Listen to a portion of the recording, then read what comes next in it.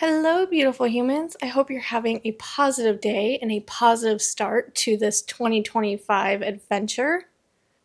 Welcome to part 2 of our Christmas in Florida, December in Florida adventure. I hope you guys are going to have as much fun watching as we did on the trip. Whoa, that's a rocket. that little tip. just the tip. You excited? This is the tip. Yeah, I'm excited. Where are we going? We're going to Kennedy Space Center. Kennedy Space Center. I know nothing about space. The gator. Oh, there's a gator? Where? Oh yeah, there's a gator. It just feels like otherworldly to me because you never, I don't know, you hear about them, you see a picture, but it's not real. Like when you travel to other countries and stuff, it doesn't feel real. So that's so cool. It looks like an airport. I mean, it's huge.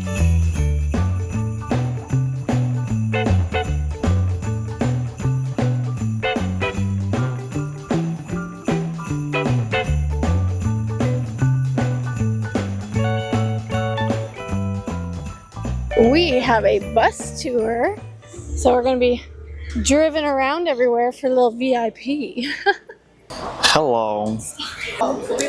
Spatial Atlantis over there in this building. The rocket garden, all the different rockets from NASA's history.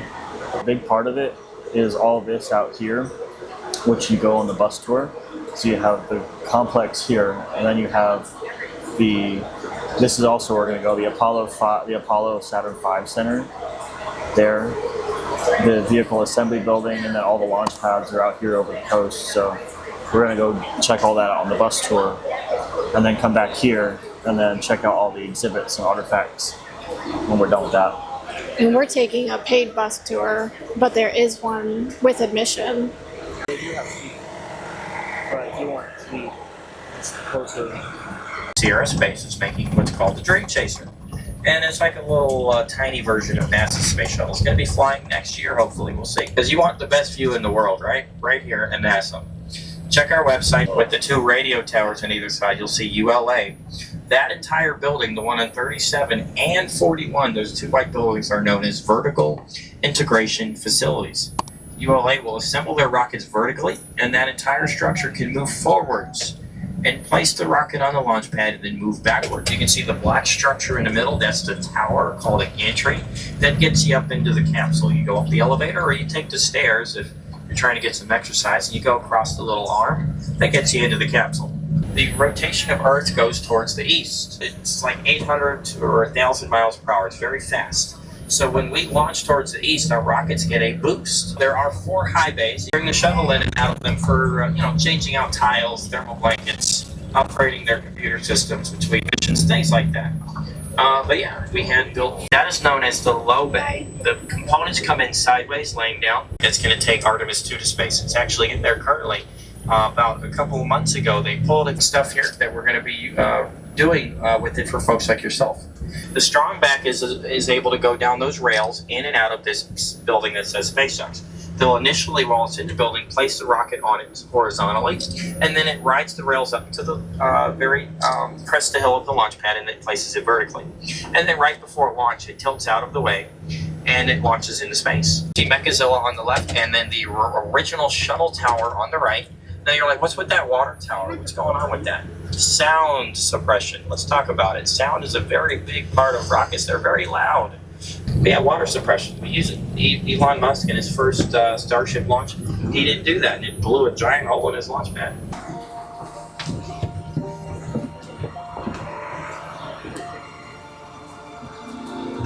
There's a tortoise. A big old hole. So this is the Artemis rocket right there. Well, so their current one they're working on right now with NASA is the Artemis rocket. I should say that's the program name. Artemis is the program name. The SOS is the actual rocket's name. It's really cool because our dog's name is Artemis. So I guess Artie's going to space. It took 14 hours to transport the Artemis rocket because it was much heavier than even Saturn Wow. V. Yeah, this is slightly more powerful than Saturn V. Saturn V was 7.5 million pounds of thrust. And let me tell you, Saturn V was no slouch. That thing was a beast. Going back to the moon, we want to bring more stuff to the moon than we ever did before. So Space Launch System, at least the first one to launch, Artemis 1, was about 8.8 million pounds of thrust. So a little over 1 million pounds of thrust more than Saturn V was. Starship is double the power of Saturn V and then some. 16 million pounds of thrust. It's a big rocket. Saturn V was what we call a super heavy lift rocket. And there's only been like 5 of these created. The first one built was Saturn V. The second one built was the Russian N1L3, or just the N1. But those never were successful. All 4 of those N1 Russian rockets blew up. 4-stage Russian rocket. That thing was a beast. And then they had the Space Launch System by NASA, and now Starship by SpaceX. Shuttle is just below the threshold of being super heavy lift. It depended on the mission, but shuttle could be about 6 million pounds of thrust, so it's pretty powerful. I think Falcon Heavy is a little over 5 million pounds. I didn't know this was actually a wildlife refuge also, so it's really interesting. We saw a wild coyote, I was seeing a butterfly, we saw some tortoises and alligators. It's been really fun. Hi! Will you come and say hi? Alright folks, we're going to head back. Oh, there he goes. Now if he does come up to us, we'll have to move out of his way. I will not block your path. He's just eating grass. He's having lunch. He's like, man, last thing I wanted was to eat lunch with you. This is where it's going to happen, right here. We've already done Artemis 1 2 years ago. We want to go to Mars. This vehicle is called a crawler, and it takes the rocket from the building site to the launch pad. It uses diesel. It's over 60 years in operation, so they might be remaking it. It shows you just how wide it really is. It's massive. He said this is where they had Saturn V before they put it into its own building or something, I think. Okay, so Saturn V used to be out here, the rocket. And then this is an escape vehicle. Vietnam War era. This is where all the astronauts have walked through, the actual one that they walked through. I believe just for the US, before getting into their spacecraft. And this is what it looked like in there, in their time. That's what it looked like. After reading this, you make the understanding that, this is the last place on Earth that the astronauts would walk until they return from their mission. So any of those astronauts we've lost, that's their last steps. It's crazy. This is the escape pod, basically, that is attached to the top of the rocket, I believe. And if they can't get out after the shuttle has already happened, the launch has already happened, then they could get into this and basically eject from the rocket. The launch of Apollo 8, right here where it actually happened.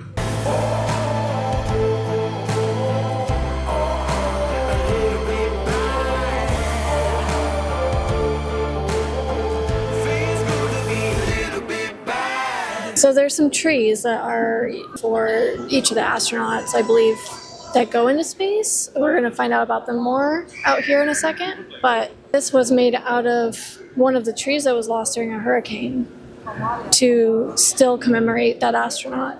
This is the Saturn V rocket here. Stage 1 was the initial launch vehicle right here that burned these 5 engines at the launch pad that lifted it up into the air. That burned until stage 1 ran out of fuel, and then it would jettison off these 5 engines and their fuel tank.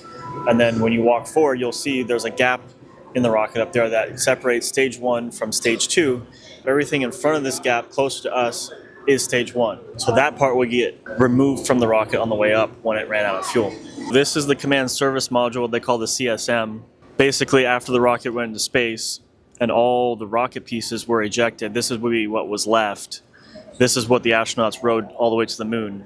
Once they got up to orbit, they would also be carrying the lunar lander module, which would be docked to the nose of this up front, and then they would ride that to the moon. And when they were going to land on the moon, they would all move from this to the lunar lander. Turned out that he was doing a series. So at first glance, this is just a case of pens, but that's what Amanda thought at first. But no, the initial problem with riding in space is that pens don't work in zero gravity. So NASA had to invent special pens that could write in zero gravity. The funny thing is, while NASA had to spend lots of money investing in the research of pens that would work in outer space, the Russians just used pencils. The simplest answer. We're coming up on stage 2 of the Saturn V rocket that put the rocket, carried it the rest of the way up into space. It again had 5 engines as well, and that whole piece right there where it says United States on the side. This is just a cutout of the actual rocket. So like this is like the combustion area for the engines, where the engines were attached at the bottom of stage 1. And then this is all fuel tank. You just see it's just empty. It's just a tank. So you have tanks here. And each tank carried different things. I think he said on the tour this was powered by liquid hydrogen and RP-1 or rocket propellant. There would be something called a decoupler that would be in between these stages, and that would, its job was to basically have some sort of explosive in it that just like separated it from the top of the rocket, and then that would fall back and burn up in the atmosphere as it came back to Earth. After the tanks, this would be like where the CSM was. There's the CSM engine that would take it to the moon. This right here is the lunar lander module right here. That's what they would use to land on the moon right there. And then I'm not seeing where the capsule is unless that little white thing there is the capsule. But that looks more like part of the ejection system.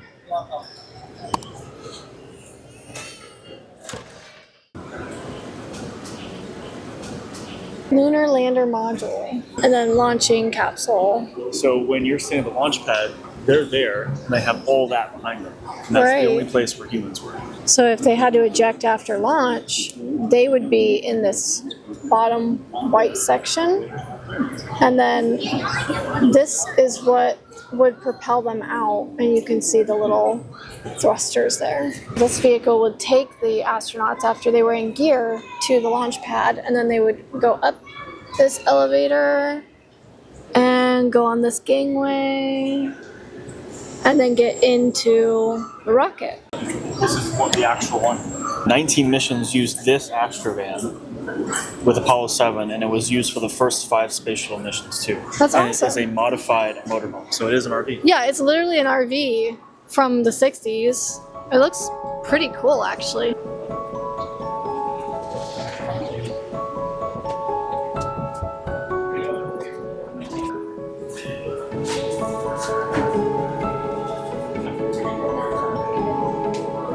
So smooth. It's been touched by people for 65 years. The lunar landing module? Yeah. That little window, you got the little window out there. All your instruments. Yeah, it kind of looks like a cockpit. Yeah. Little joystick right there.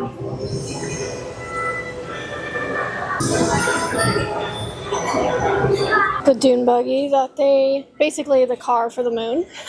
I assume these are still on the moon too.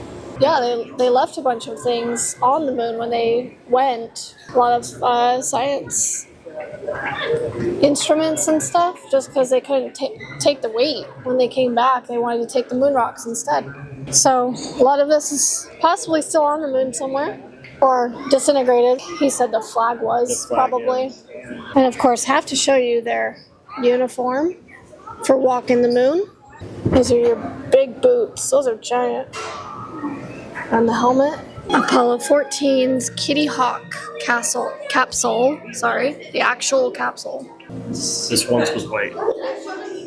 Yeah, this once was white. Now it's brown. Oh my goodness. Actual moon rock, over 4 billion, almost 4 billion years old.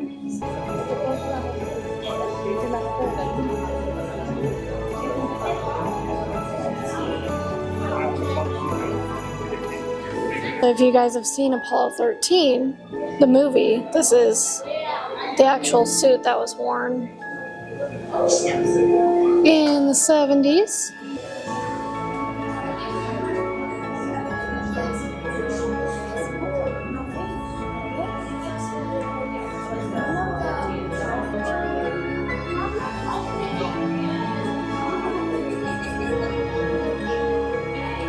They were selling freeze-dried, ready-to-eat ice cream sandwiches. This is literally what astronauts eat. It's really fun. I'm gonna eat like an astronaut. For each 3-man crew of astronauts. Apollo 1, the men we lost. They're terrible. And they have this tribute here for Neil Armstrong and Buzz Aldrin and Michael Collins for Apollo 11.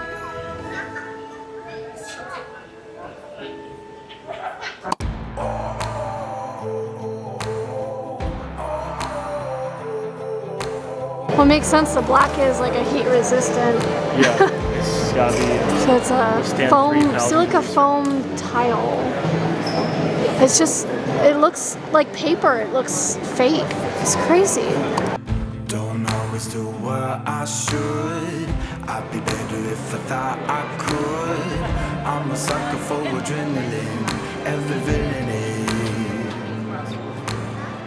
Everybody trying to change. Oh yeah. The underbelly looks like the underbelly of a snake. It has like all the scales, and then this is where the wheels come out, so it lands like an airplane. That's crazy. It looks so cool. So it spent almost a year in space. This is the real Space Shuttle Orbiter Atlantis. This is not a model. This flew in space 33 times. Where were the astronauts located? Their living area was this area right here. We have 2 decks here. The top deck is called the flight deck. This is where you had your mission commander, your mission pilot, and 2 additional seats for mission specialists. Below that is a mid deck. This is where the galley was located. This is where the astronauts ate, where they slept.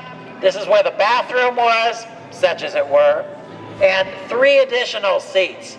A typical crew size on a shuttle mission would be between 5 and 7 astronauts. This is the hatch. This is where the astronauts boarded the shuttle while it was on the launch pad, and where they exited the shuttle once it came in for a landing. Notice the holes. We have these holes on the side of the nose, some on the top of the nose. These are small rocket thrusters. They're part of what was called the reaction control system, and these were used to steer the shuttle orbiter while it was circling the Earth. We stood in line for the virtual launch ride. It was very fun and unique experience, but also kind of scary. We did miss a few spots on the map since we had that awesome bus tour. I do recommend it. Daniel and I tried watching one of the rocket launches from the condo, but couldn't see it since it was a cloudy day. And I also tried the snack at home. It tasted pretty much just exactly like what you would expect, I think. So a very fun experience. Hi, Hazel. Do you want to say something to the camera? So cute.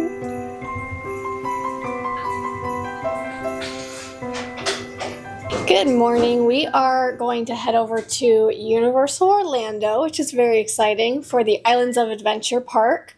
Mainly for the Universal's Wizarding World area with the castle and Jurassic World and all that kind of stuff. But I'm doing a very subtle Harry Potter fan kind of outfit this year. Hufflepuff for my backpack. Very cute. And of course I have to have Harry Potter's glasses. It's like iconic. I have to.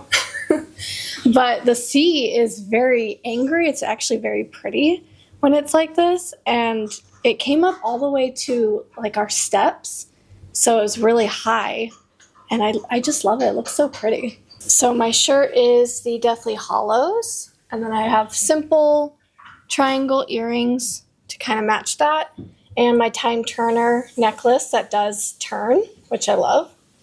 Daniel is just making some breakfast, and then we are going to get going. They might have the one you want them. Oh, but that was...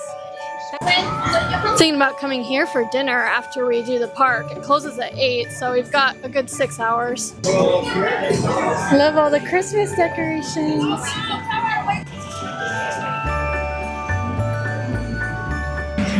Islands of Adventure.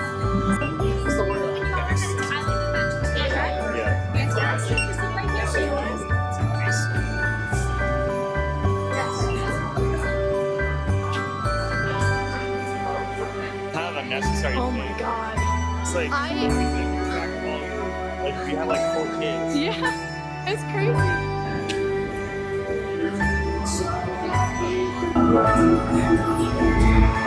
Ah!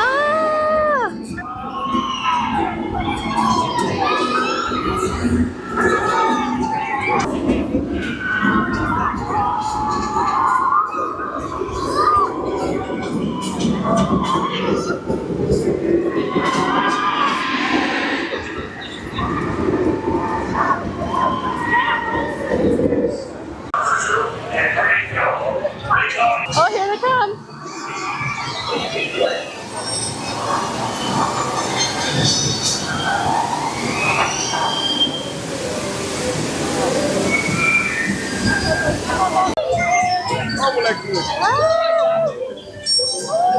Oh no!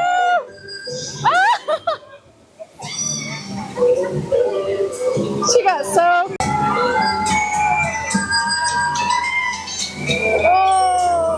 Oh, we did Kong. Yeah, we did Kong last time. Broke down in the middle of the ride. Oh, it did break down. That's right. It was still fun. Every time I go on that, it breaks down. Oh no! Ooh, 65-minute wait too. No, thank you. Kind of want to eat lunch here. Jurassic Park. Like,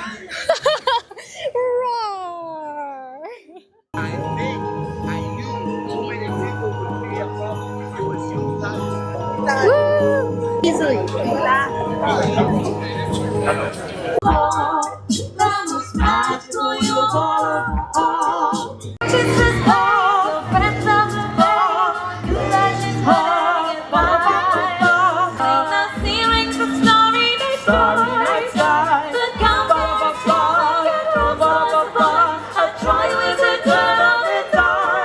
I cast a spell on Father's Christmas into the great beyond. Must be an incantation, some charm to help reverse the spell I cast on Father's Christmas. Things couldn't get worse. Tidings we bring to you and your kin. Good tidings for Christmas and a happy New Year. We won't go until we get some, so bring some right here. Christmas and a happy New Year.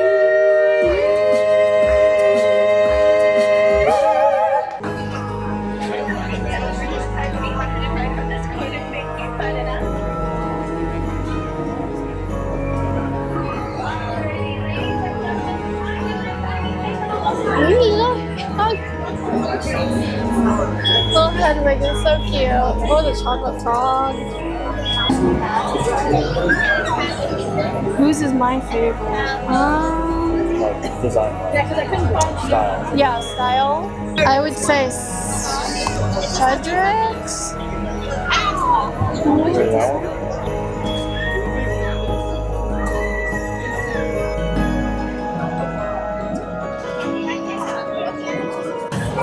I want to go in Honey Dicks. Yeah.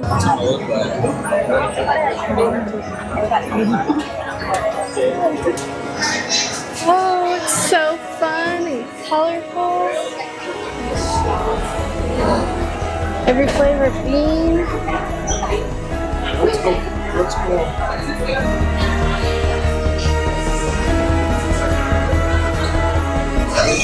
Oh, it's a Nicholas Flamel. Doesn't say who. It doesn't say who it is. So it's a mystery. It's a mystery, like it's supposed to be. Yeah, it's cool. Oh, look at this back. That is so cute.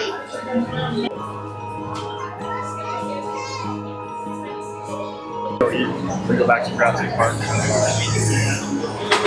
Get some lunch over there. Okay.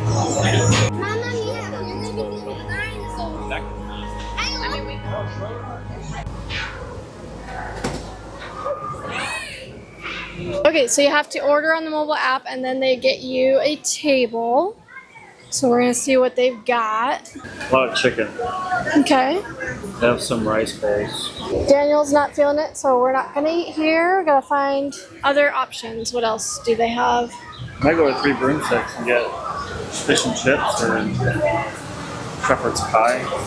I'm definitely going to be getting a frozen butterbeer. That's kind of my treat that I'm looking for. Potato soup. Oh, nice. The Marvel Cafe. We're looking at that menu.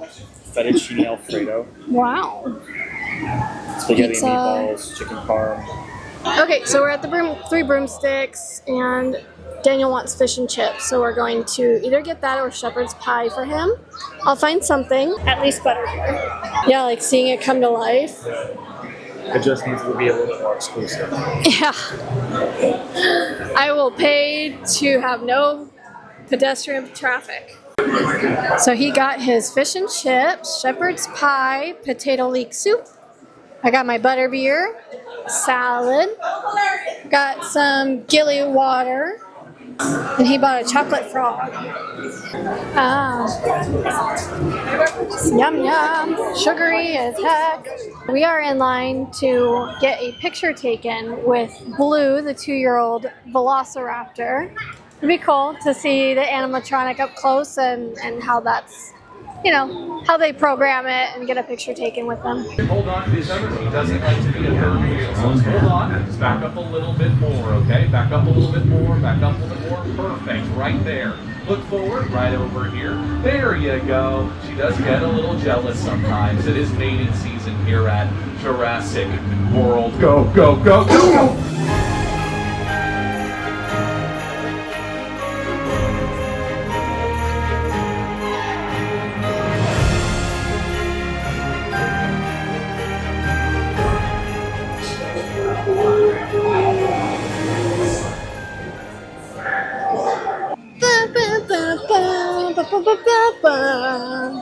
Sing it. Ba, ba, ba, ba.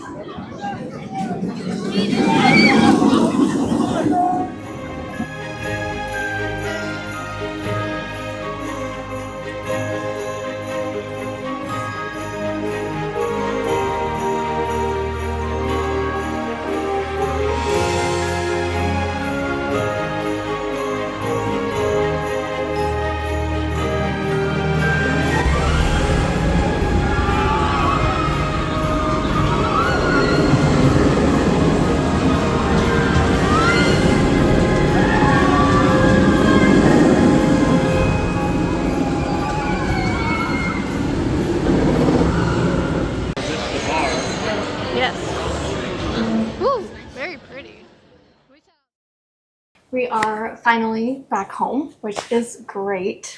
We did end up choosing Vivo Kitchen, Italian Kitchen, instead of Big Fire Steakhouse, and it was delicious. We got a chicken piccata. Delicious. It's one of our favorite go-tos in that area. It was very busy in Universal, of course. So Daniel says that January to February is probably going to be the better time if you don't like so much crowd. We loved the raptor experience. That was really cute. It was not something I ever knew about. So he actually wanted to do it, and I was like, we're just going to get a picture with a raptor? Like, okay.